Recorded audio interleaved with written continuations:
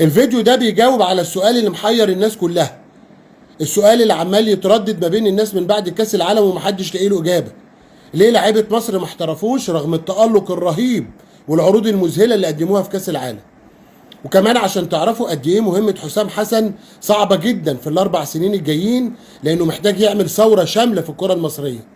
على فكره الكلام على لسان تامر النحاس، واحد من اقدم وكلاء اللاعبين في مصر واهمهم طبعا، وعنده خبرات طويله جدا في عالم الاحتراف. اتفرج معايا كده. سؤال اللي الناس بيسالوا ليه بعد كاس العالم مفيش حد جاله عروض، وراي حضرتك وانطباعك في اداء اللاعبين والناس بعد كاس العالم في مساله السوشيال ميديا؟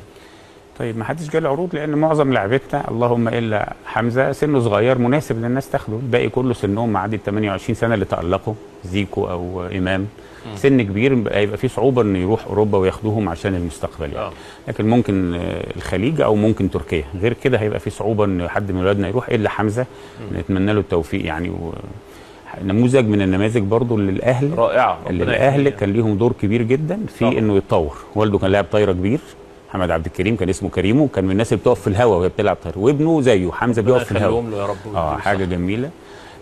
كاس العالم طبعا كان مفاجاه كبيره من الصعب تكرارها، بس كان حجم الخبرات اللي موجود هو اللي ادى للاداء اللي احنا عملناه.